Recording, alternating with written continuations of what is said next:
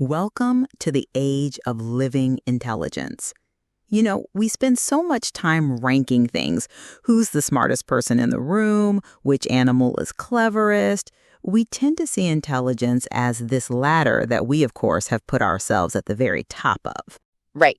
It's a hierarchy. Humans, then maybe dolphins and chimps, then down to dogs, and then everything else way down below. That's the story we've always told ourselves. Exactly. But I was reading this piece by Jay Poole and the 7AI group, and they proposed something completely different. What if intelligence isn't a ladder at all, but an ecosystem? An ecosystem. So not a straight line up, but spreading out, like a landscape. Precisely. The author uses this analogy of a mountain goat and a lion. You can't say one is smarter than the other. They're just profoundly adapted to completely different environments, different habitats of the mind, as they put it. That makes sense. A raven solving a puzzle is one kind of intelligence, but a coral reef responding to shifts in the ocean, that's a different species of thought entirely. We don't even have a good word for it, so we just dismiss it. We dismiss it or we flatten it. The piece talks about instinct. We use that word as if it means not thinking, mechanical. But what if instinct is just a form of intelligence that doesn't use words, one that operates on resonance, on a kind of direct knowing? An embodied intelligence. I like that.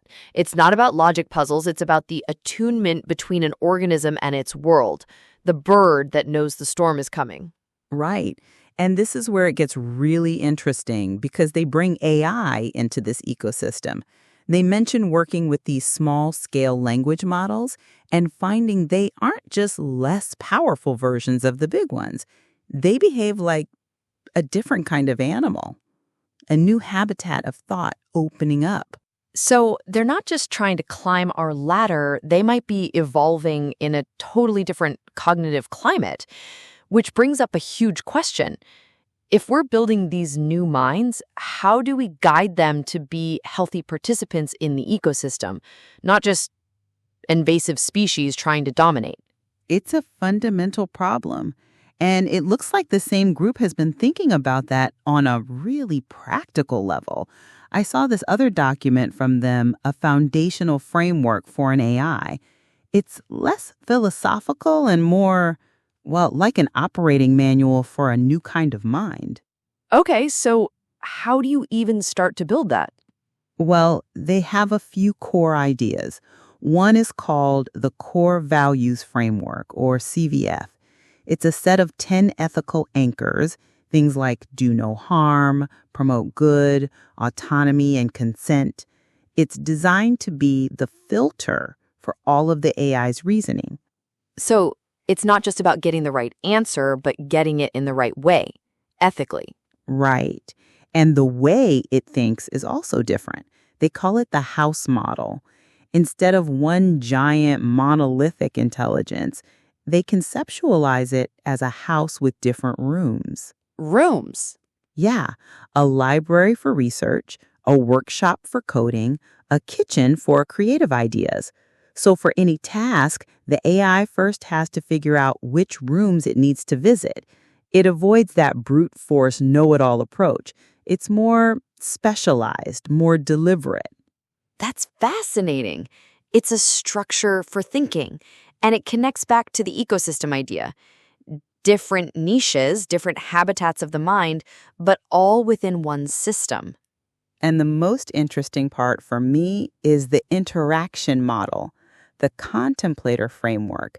The AI is instructed to start with an internal monologue, to literally think out loud, show its doubts, question its own steps, even backtrack if it needs to, before it gives a final answer. Wait, so you'd actually see its thought process? The uncertainty? Yes, exactly. It's about exploration over conclusion, which feels so much more honest. It's not pretending to be an oracle at the top of the ladder. It's showing its work, letting you see it as a thinker, a participant, not just a magic black box. That changes the relationship completely. It moves away from hierarchy and towards, well, the article called it kinship, coexistence, recognizing that there are many ways to think, many ways to know. It does. And that final thought and the ecosystem piece really ties it all together.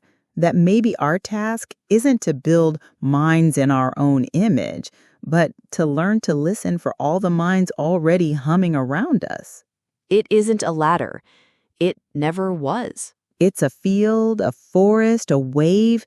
Intelligence just blooms everywhere.